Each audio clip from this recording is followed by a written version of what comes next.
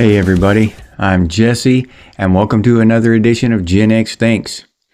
And today I'm going to talk about globalism. We're told that globalism is a great thing for humanity, but is it really? In this episode, I'm going to lay out the 5 reasons why I believe that globalism is a horrible idea for the human race. But before I get into that, I'd like to thank Stephanie Anderson for the inspiration for this video. She suggested the topic during one of our live streams.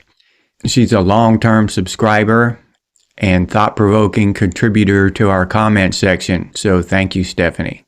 Now, the first reason why globalism is a horrible idea for the human race. Number 1 is economic inequality and job displacement.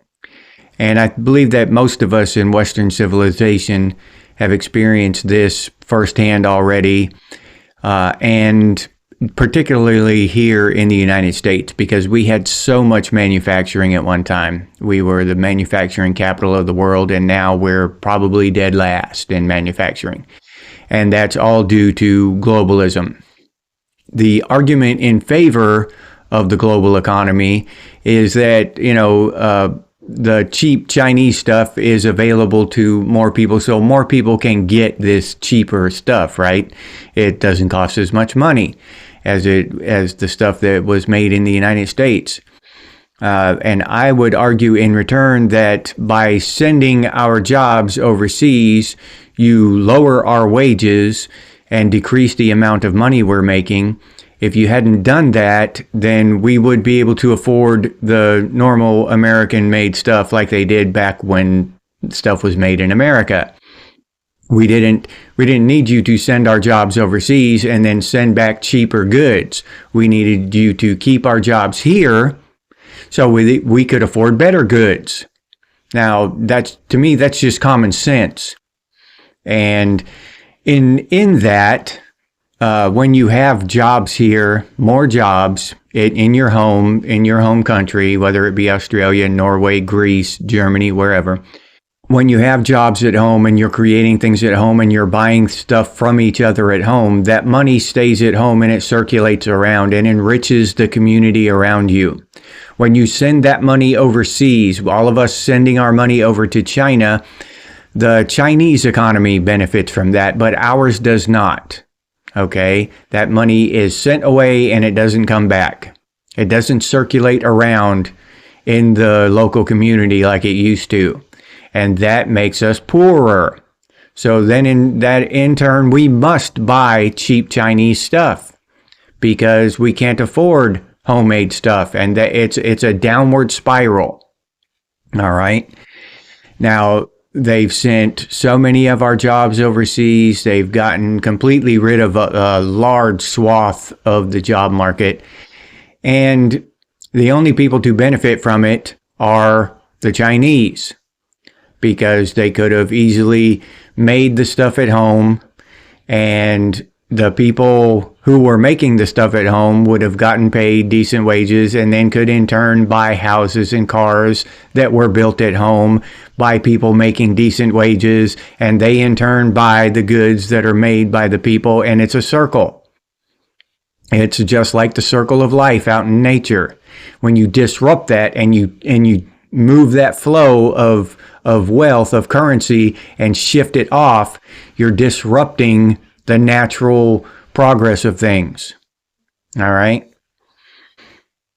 And it's detrimental to the population. Yes, it's wonderful for the big businesses, the billionaires, because it opens up new markets, and instead of selling, 100 things at $100, they can sell 10 million products at $80. Right? That's just a lot more money. It's just math to them. They don't take into consideration our lives and our prosperity and our buying power. These are inconsequential to them. And number 2 is cultural homogenization. And we in the United States here, we really can identify with this because we have been a melting pot. We're made up of many different cultures, and many different cultures have maintained that cultural identity. And to see this homogenization, this cultural homogenization happen, and it's just starting to happen now. Okay, it's just in the beginning stages of this, where they're creating, either by accident or on purpose, one world culture. They're erasing the smaller cultures, are being just erased. They're being eradicated.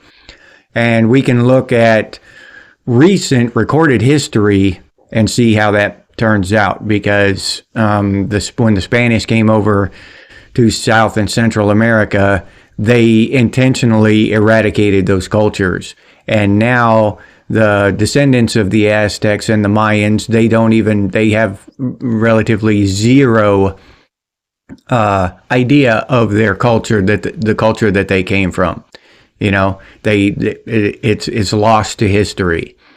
And that is a sad thing. You know, you see these rich and diverse cultures, and the diversity is what makes the world go round. It's what makes the world a rich place, right?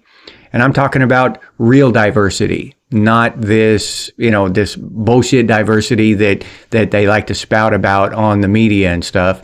I'm talking about real, actual diversity, where people are separate and diverse, but people want to be inclusive with diversity, which those two ideas are opposed to each other.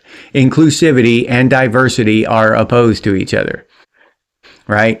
They want to include everyone, but you have to follow the rules and mold yourself into this inclusivity pattern, right? If you diverge from that, then you're excluded. To be included, you have to follow the rules and follow the patterns, and abandon your culture, right? If your culture says that that jeans, right? Let's say denim jeans. Your culture says that denim jeans are bad, okay? But if you want to be included in the group, you've got to wear denim jeans. So they're inclusive unless you won't follow by their rules. If you believe something other than they believe, well, they're not so inclusive anymore, are they? And our culture, even though they clash against each other sometimes, they're important. It's what makes the world a rich place, a diverse place. And you can't get rid of these cultures and call it diverse. If you're for diversity, you have to be accepting of other ideas.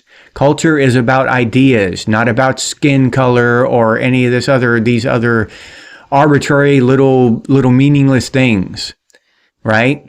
Culture is about ideas. Do you believe in monogamy, or do you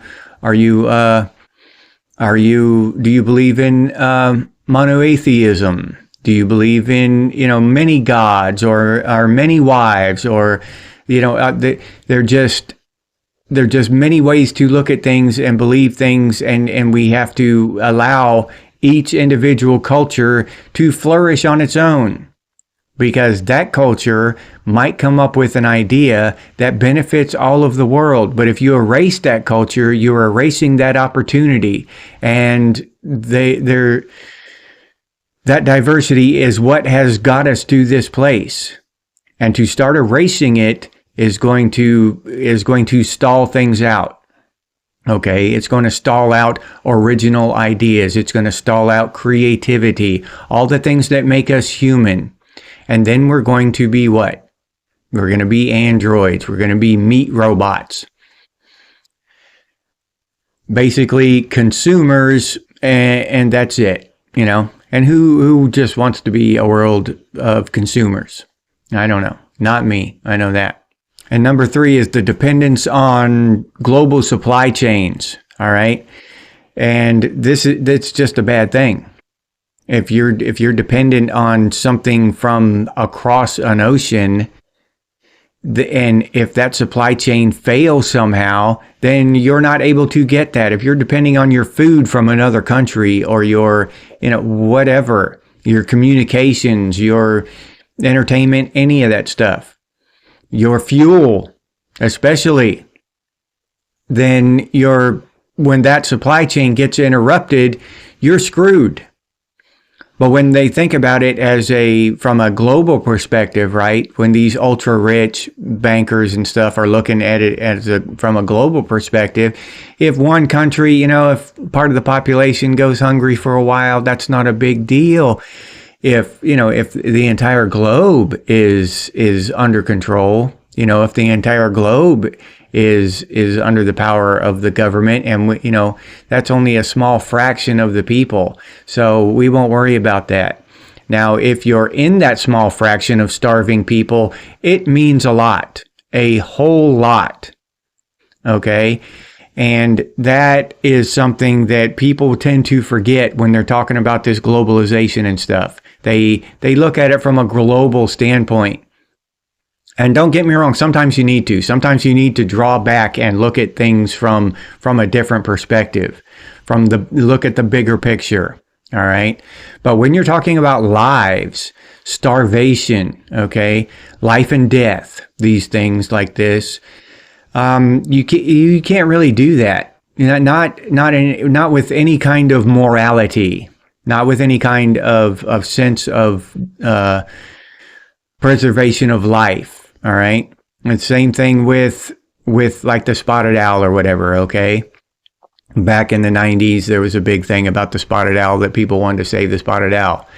And ironically enough, it's the same people that are pushing globalism now. Okay. It's the same part of the population that are all inclusive and globalists and all this stuff now. Right. But they want to save the spotted owl. And that is what I'm talking about. When you look at that and you want to save the spotted owl, that's just a tiny fraction of life. The spotted owl doesn't matter when you're talking about the global economy. The spotted owl doesn't matter when you're talking about the entire planet. But when you look at that, drill down and look at that one ecosystem, the spotted owl is very important. The spotted owl keeps the mice, population in control, and all the other things that all the spotted owl does for that ecosystem. So in that sense, individual localized life is very important. Very important. And it's dangerous to pull back too far and look at the big picture for too long. It's just dangerous. And that's the problem with these huge banks and stuff, right? These huge corporations, is that they live out there looking down at the world as a bigger picture. They don't live down here with us in our small town or our city street or wherever we live and are out in the boondocks with us. They live up there, right? Even if it's in their big mansion, but they don't identify with the dock worker or the carpenter or the waitress. They don't know what it's like.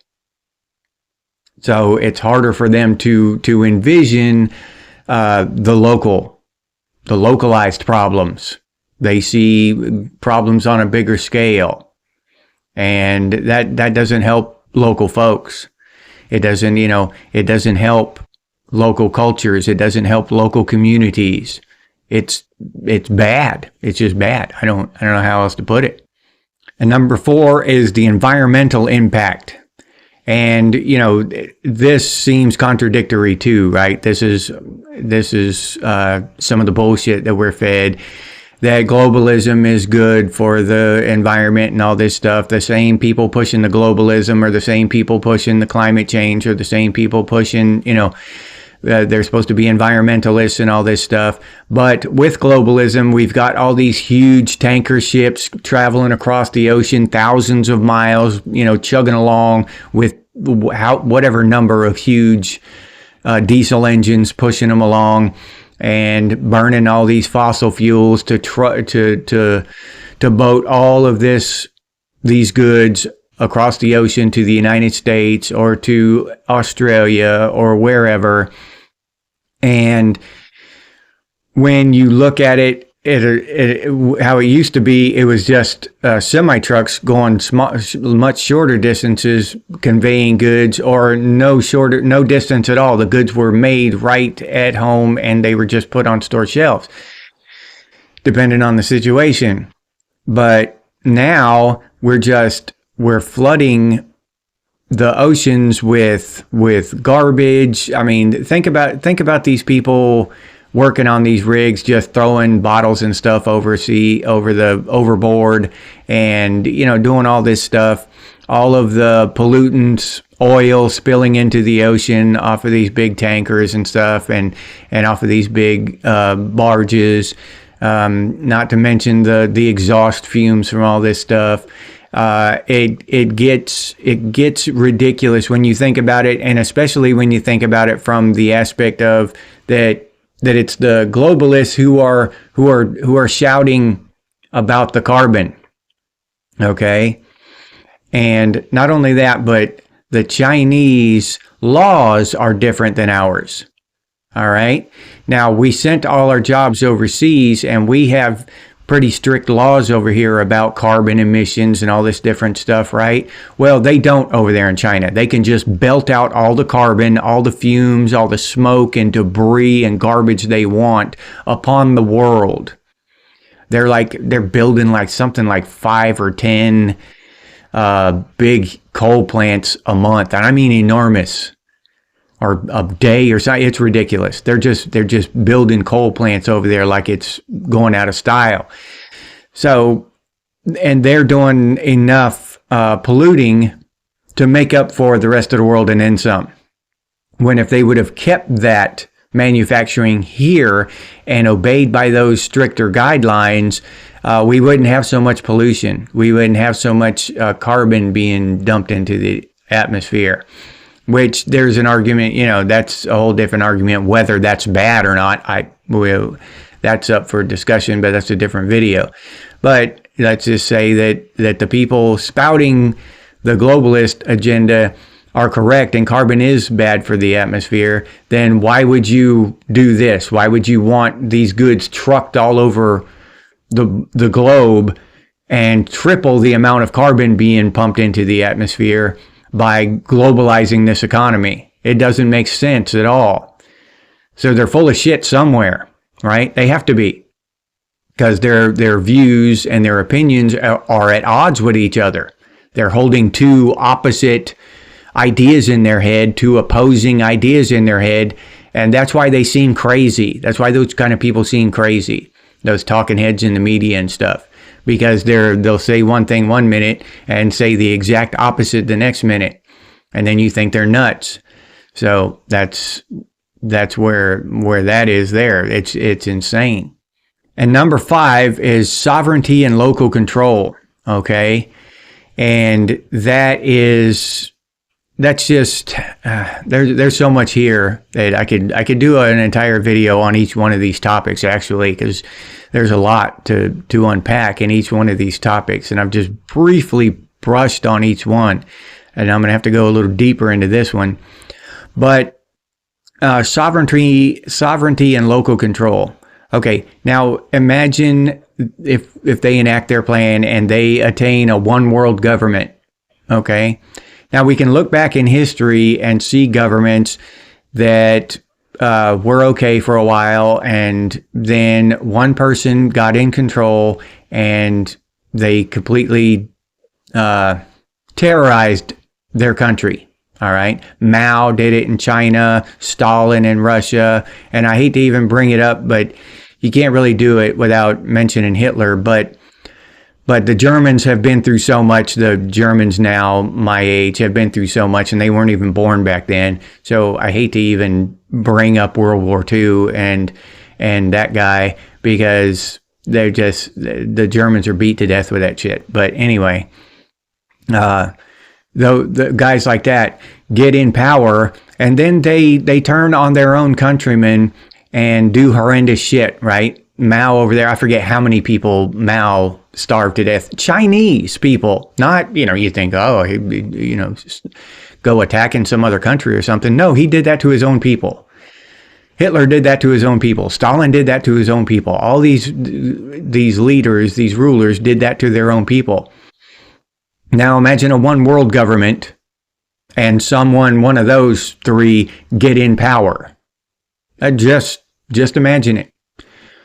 So there's that, and that's a real fear. That should be a real concern for every single human being on the planet. Why maybe the largest argument against globalism. We don't want one world government. We don't want one world anything. We should be focused on making each individual town, city, state, country, territory, whatever you call it in your country, territory, province, whatever, making them strong at the most local level, and then strengthening from out there, not trying to do it the opposite way, get some kind of strong government at the top and then make everything good down below. That's the opposite way to do it. It's not good for the local citizen, for the population. Okay, and you see this at every level. Look at ranchers. Okay, all what they, by necessity, how they must treat their cattle. All right. Now I'm not saying I grew up in the country. I helped ranchers with their cattle and sheep and stuff. I've got no problem with it. So don't think that. But when you look at that and you look at what's best for the rancher, all right, and what's best for the individual cow are two different things, completely different things. It's not great for an individual cow to be put in a trailer and hauled to the butcher. Not good. That would be, I think that if I was a cow, I would consider that a bad situation. Maybe I'm wrong. But now that is a great situation for the rancher. He makes money. He can keep his lights on, all that. That's what the cow is for.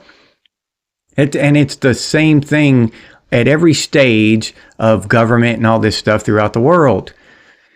And we just know, especially to my libertarians watching out there, we just know that the larger the government is, the worse it is for the people. The worse it is for the population. Huge government is bad. Smaller, localized government is good.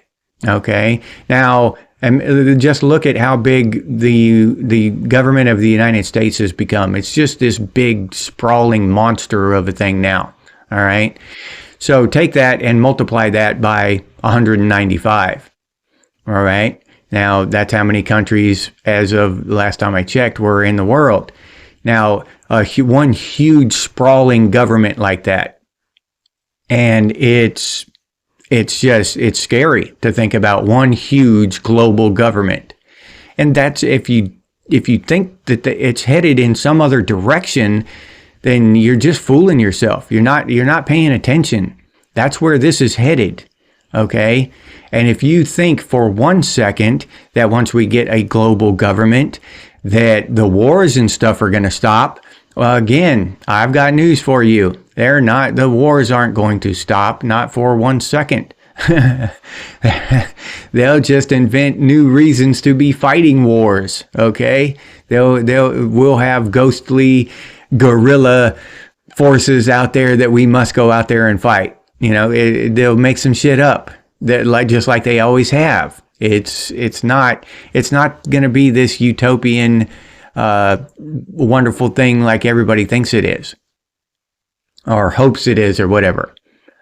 It's a nightmare. It's a literal nightmare.